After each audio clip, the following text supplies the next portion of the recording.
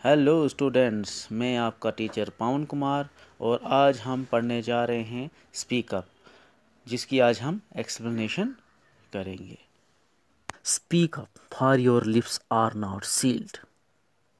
ठीक है, इस लाइन में पोइट क्या कहने की कोशिश कर रहा है? The poet calls upon his country man to speak up the things they want to speak. क्या कहता है कि आप लोग अपने देशवासियों को, कंट्रीमैन्स को कह रहा है कि जो चीज़ तुम बोलना चाहते हो वो बोलो, क्योंकि आप लोग तो ये जानते हो कि उस वक़्त जो था हिंदुस्तान के ऊपर अंग्रेज़ों का रूल चल रहा था और उस वक़्त फैज़ अहमद फैज़ ने लोगों को उनके खिलाफ आवाज़ उठाने के लिए, जागृत करने के लिए इस पोएम को लिखा था। They have their own lips, they do not borrow lips from other to speaks. क्या कहने की कोशिश कर रहा है पोइट यहाँ पर कि आप लोगों के अपने लिप्स हैं, आपको कहीं से उधार नहीं लाने हैं। आपके मन में जो भी आता है आप उसे बोलो, आवाज़ बुलंद करो अपनी। And your words are still your own. और बोलता है आपके अल्फाज भी अपने, ये तो कहीं से लाने आपको नहीं है। This upright body is yours. Upright body, upright means होता है जो सीधे ऊपर होती है कोई जिस्म, जैसे हमारा इंसानी जिस्म है अपराइट है, बाकी जानवरों का तो अपराइट मत है, वो आगे के लिए है। एक ही है, एक ही चीज़ है इस धरती के ऊपर जो जिंदा लिविंग थिंग्स में वो अपराइट बॉडी वो है इंसानों की। और इंसानों के ही पास ऐसी एक क्षमता है कि वो ही बोल भी सकते हैं। तो पोइट कहता है they have upright bodies. The poet means to say that they are human beings and have the power to speak. इंसान के ही पास एक पावर है कि वो बोल सकते हैं। No animal has an upright body or the power to speak. और ना ही किसी जानवर के पास बॉडी अपराइट है, सीधी है, और ना ही वो बोल सकता है। Speaks while your soul is still your own. फिर इस लाइन में अपने देशवासियों को और ज़्यादा जागृत करते हुए कहता है कि बोलो, your soul is still your own. आपके अंदर जो रूह है ना वो आपकी ही है। The poet says that they have also a soul of their own. उनकी अपनी रूह है। They should follow the voice of their soul and say the things they have kept buried in their heart out of fear. डर के मारे जो उन्होंने अपने दिल में ही जो बातें दबा कर रखी हुई हैं, बोलता आज वक्त है उनको दिलों से बाहर निकालो और बोलो। अब स्टैंजा सेकंड की बारी। Look there in the smithy. यहाँ पर smithies, it's red oven, fiery flames, the padlocks are already is opening their mouth and each fitter is skirting around। पूरा का पूरा स्टैंजा जो है इसमें पोइट ने सिंबॉलिकल लैंग्वेज का इस्तेमाल किया है। ठीक है, आप लोग जैसे जानते हो स्मिथी होती है जहाँ पर लोहार काम करता है। ठीक है, लोहार का कारखाना एक किस्म का, भट्ठी जहाँ पर उसकी होती है। अच्छा, ओवन होता है तंदूर, वो तो आप अच्छी जानते हैं। फायरीज फ्लेम्स होती हैं भयानक और तेज लपटें।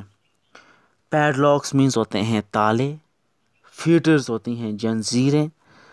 ठीक है, तो यहाँ पर पूरी की तरह पूरी जो है पोइट ने इस पूरे के पूरे स्टैंजा में सिंबॉलिकल लैंग्वेज का इस्तेमाल किया है। Here the poet talks in language that is plainly symbolic. He used the symbol of smithy, oven, flames, padlocks and fetters. इसने पैडलॉक्स और फीटर ओवन का सिंबल इस्तेमाल किया है। The smithy is the struggle going for India's freedom. Smithy का यहाँ पर मतलब क्या बताने की कोशिश की है? भट्टी मीन्स जल उठी है। वो कौन सी भट्टी है? कि वो है इंडिया को फ्रीडम करने की स्ट्रगल जो है वो तेज हो चुकी है। The oven is the heat generated by the death of the various martyrs. और जो लोग शहीद हो गए हैं उनके साथ सिंबल लिया गया है, सिंबॉलिक किया गया है ओवन को, क्योंकि बोलता है उनके जितने भी लोग शहीद हुए हैं मानो कि उनकी डेथ से क्या, ये तंदूर जो है आज़ादी हासिल करने का वो बिल्कुल से क्या गर्म हो चुका है। The flames are the voice of protest that have begun to rise everywhere. और फ्लेम्स को किसी के साथ सिंबॉलिक किया गया है? लोगों की वॉइसेस के साथ जो प्रोटेस्ट कर रहे हैं हर चारों तरफ से, अंग्रेजी सरकार अंग्रेज़ों के खिलाफ जो है प्रोटेस्ट कर रहे हैं, अपनी आवाज़ बुलंद कर रहे हैं, उसके साथ सिंबॉलिक किया गया है फ्लेम्स को। The padlocks and the fetters are clearly the symbols of slavery. और ये जो जंजीरें हैं, ताले हैं, ये पूरी की तरह पूरी जो ये किसके साथ सिंबल इनका लिया गया है, स्लेवरी के साथ, गुलामी के साथ। इन सिंबल्स के द्वारा पोइट क्या कहना चाहता है कि आम लोग जो फ्रीडम स्ट्रगल में शामिल हो जाएं, अंग्रेज़ों के खिलाफ अपनी आवाज़ बुलंद करें, कि जितने भी आम लोग हैं वो इस फ्रीडम स्ट्रगल में आ जाएं। ये कुछ वो चुनिंदा लोग ही नहीं, पूरी की पूरी जनता जो है इस फ्रीडम स्ट्रगल में आ जाए और अपने दिल की जो आवाज़ है वो आवाज़ निकाले, ताकि अंग्रेज़ सरकार जो है हिंदुस्तान को छोड़कर इसे आज़ाद कर दे। अब stanza 3, speak up now for time running out. यहाँ पर रनिंग आउट का मतलब है निकलता जा रहा है।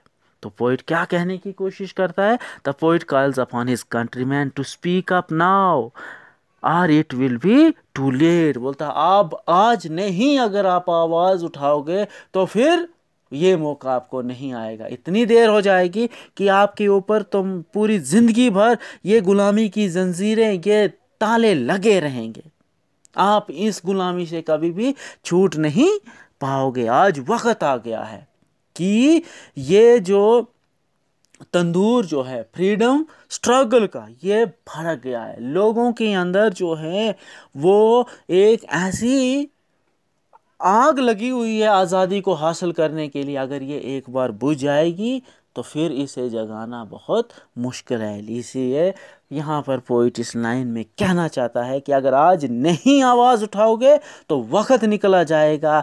ये आवाज़ जो आपने अंग्रेज़ों के ख़िलाफ़ अभी उठाई है, ये धीरे धीरे बुझ जाएगी। अगर ये बुझ गई, ये आग फिर जलने वाली दोबारा नहीं है। Before your body and mind fade away. बोलता है अगर आपकी बॉडी और माइंड जो है वो क्या, फेड हो जाएंगे। फेड मीन्स होता है मुरझा जाना। अगर ये मुरझा जाएंगे फिर ऐसा दोबारा ये वक्त कभी नहीं आएगा। एक बार अगर ये ऐश बन गए तो फिर दोबारा इसको जगाना बहुत मुश्किल है। Tell us for truth is not yet dead. यहाँ पर पोएम इस लाइन में क्या बताने की कोशिश करता है, the poet says that the truth is not dead, कि अभी ये सच्चाई मरी नहीं है। आप लोग जिस तरीके के साथ इस फ्रीडम स्ट्रगल्स में डटे हो, अगर डटे रहोगे तो ये मुमकिन हो जाएगा कि एक दिन फ्रीडम मिल जाएगी। लेकिन अगर ये धीरे धीरे आग बुझती गई फ्रीडम वाली, तो फिर ये जगाना मुश्किल है। Speak whatever you have to say. Therefore the poet says everyone must speak up and says whatever they have to say. हर किसी को यहाँ पर पोइट यही सलाह देता है कि हर किसी को वो बात अपनी रखनी है जो उसने अपने दिल के अंदर सालों से दबा कर रखी है। लिहाजा आज वक्त है, उस आवाज़ को बुलंद करो और इस अंग्रेज सरकार के खिलाफ जो है अपना आंदोलन तेज करो। जो भी आप बोलना चाहते हो, whatever they have to say, जो भी बोलना चाहते हो आप लोग आज़ाद हो, बोल सकते हो। ठीक है, ये जो पोएम थी जिसका नाम था स्पीक अप, तो ये पोइट ने उस वक़्त लिखी थी जब हिंदुस्तान अंग्रेज़ी हुकूमत, जो अंग्रेज़ों ने हिंदुस्तान के ऊपर हुकूमत कर रही थी और वो हुकूमत आखिरी दौर में चल रही थी। 1941 में ये लिखी थी, उर्दू की ये पोएम थी और इसे इंग्लिश में ट्रांसलेट किया गया था, जो कि आप लोगों ने पिछले लेसन में पढ़ा। उम्मीद है आज आपकी इसकी